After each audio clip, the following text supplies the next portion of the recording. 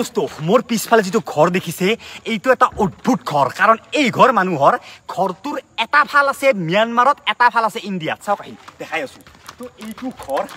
কতে world famous এটা ঘৰ হয় ন্যাশনাল জিওগ্ৰাফিৰ পৰা ডিসকভাৰীৰ পৰা সব ইয়াত আহিছে কাৰণ এই ঘৰটোৰ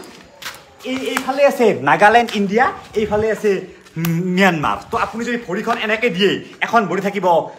ইণ্ডিয়াত এখন ভৰি থাকিব ম্যানমাৰত আৰু ঘৰৰ ভিতৰত আৰু আল্টিমেট আহক ঘৰটোৰ ভিতৰৰ পিনে তো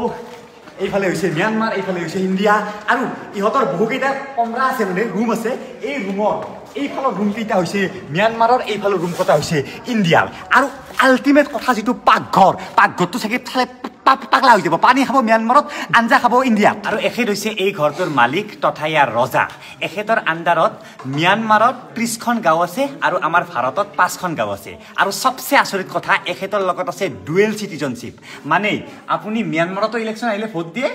আৰু আমাৰ ইণ্ডিয়াতো ইলেকশ্যন আহিলে ভোট দিয়ে ওয়াও ডুৱেল চিটিজেনশ্বিপ